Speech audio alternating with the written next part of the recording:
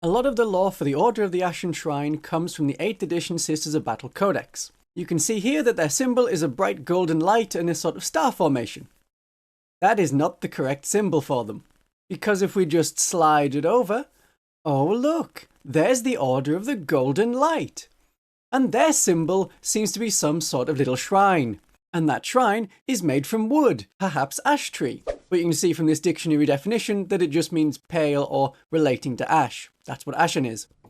This is definitely an error. They got switched around, and this was corrected in the 9th edition book, where they just copied and pasted everything, except they switched the two symbols around to be correct. And that speaks more to Games Workshop just rushing the 8th edition Sisters of Battle Codex release. They saw in March of 2019 that there was massive community demand for Sisters of Battle to return, and then they were able to get an army out by November. That is a very fast turnaround. There is more to their lore than just a little paragraph here. As an order, they pray and get miracles. But those miracles are kind of Pyrrhic in nature. I don't want to make you instantly love them, but imagine the Lamentors as battle sisters, but their bad luck also affects the enemy. So a lucky bolt gun shot will blow up a Trinity tank, but that may also kill some sisters who are nearby at the same time. The ground will crack as a sudden earthquake splits open a volcano that the sisters and the enemy now have to fight over, or a meteor shower will go against predictions and fall on the battlefield. It kills the enemy, but it may also kill some sisters. A victory, but a Pyrrhic one, meaning it damaged your force in victory as much as defeat would have damaged your forces. They like fire. The Order has this idea that the Emperor and the Saints are speaking while on the battlefield, and the way they speak is through Promethium, which is on fire and burns the enemy. This is how the Emperor speaks to the enemies of mankind. So there's definitely arson. So if you like arson, this is a great sister order for you. The Order was involved in the Octarius War. That is where Inquisitor Cryptman thought it would be a great idea if he could divert some Tyranids to fight orcs, not quite realizing that both of them would get stronger rather than one of them wiping out the other. There were a lot of Imperial forces present in a sort of cordon of worlds around the Octarius sector to make sure the Tyranids and orcs didn't get out. And the Order of the Ashen Shrine was present. There they are, listed as being in attendance. They didn't do anything notable, but that is kind of expected of a faction that hasn't had much expanded lore, and there are seemingly no lore videos for this minor order online. Even the major orders of the Sisters of Battle, they have less love than even the smaller, less mainstream Space Marine chapters like the Lamentors that I just mentioned. Games Workshop does have a video on how to paint the Ashen Shrine models, but they call it How to Paint Black Armor and Yellow Robes. We can see that in the video, they are being painted brown. So Games Workshop is at least consistent in not getting this order correct. But as a colour scheme, it's pretty easy and quite striking to put on the tabletop. Cream on the inside of the robes, a light brown on the outside of the robes, black armour. Half of the major Sisters of Battle orders have black armour anyway, so it fits in very easily. As an order, the Ashen Shrine follows the teachings of Saint Arabella, and the order that was founded in her honour, the Sacred Rose. The best order! Surprise! This is actually a Sacred Rose video. Saint Arabella was one of the 6 Sisters of Battle that was brought before the Emperor. Something mysterious happened, and then they realised that they were on the wrong side when they were supporting Goj Vandaya and his whole evil empire. And they should be supporting a different evil empire.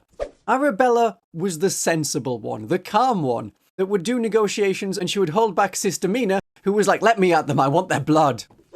So this meant that they didn't fight the Custodes, they were able to actually get to the Golden Throne. And as the most sensible of the 6 matriarchs, she lived the longest. Her main trait was, a lot of miracles happened when she was around. So the Sacred Rose has a lot of miracles happen. That is their whole thing, miracles, but more miracles than anyone else, and this was represented in the 8th edition and 9th edition rules, as they got more miracle dice than anyone else. And spending miracle dice to generate miracles gave you more miracle dice to get more miracles. The Order of the Sacred Rose likes harmony, calmness, and discipline. They like heavy weapons, but they combine their physical attacks with a lot of faith powers, as miracles spontaneously happen around them. But they expect them to happen. They need to march 30 miles in 3 hours. They will manage it, not because their top speed suddenly increased, but because a miracle happened to get them to the battlefield. And if you want an army that has a lot of priests, archoflagellants, zealots, fraternus militia, this is the order that has them, because a lot of people want to come to battle with them to see these miracles happen. Their colour scheme is pretty simple. White armour with black robes, although some of the artwork does show them with red robes. You'll recognise them from Dawn of War Soulstorm. I bought that expansion at the Dawn of War game for £3, just thinking I would get a nice little booklet with lore and stuff, but the expansion works without the main game being required, which is really nice. If you would like to cover such heavy expenses such as these that come up for my channel, you can click on the Ko-Fi link in the description and use the tip button. Thank you to the many kind people who do so. Much as we love the Sacred Rose, let's get back to the Ashen Shrine, which is what this video is ostensibly about.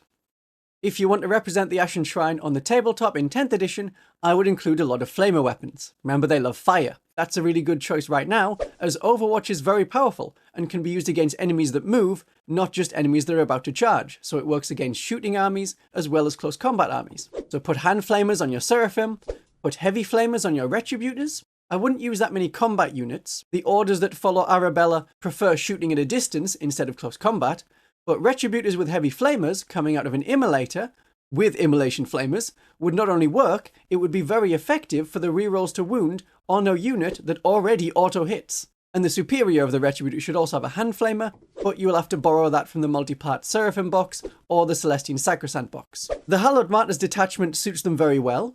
As they get damaged, their damage output increases. You could think of these shots that hit or wound that otherwise wouldn't have, could be representing rocks falling, a building collapsing, or some other miracle. It just requires the sisters to get hurt in the process. I have a lot of advice on how to play Sisters of Battle on the tabletop, and that includes not just building Retributors to be focused on the Ashen Shrine. There's also a video about how to equip the regular Battle Sisters for your army. Let me know what you think of the idea of me doing some lore videos while we're waiting for the balance patch to actually drop. My darlings and viewers, have a great day of 40k.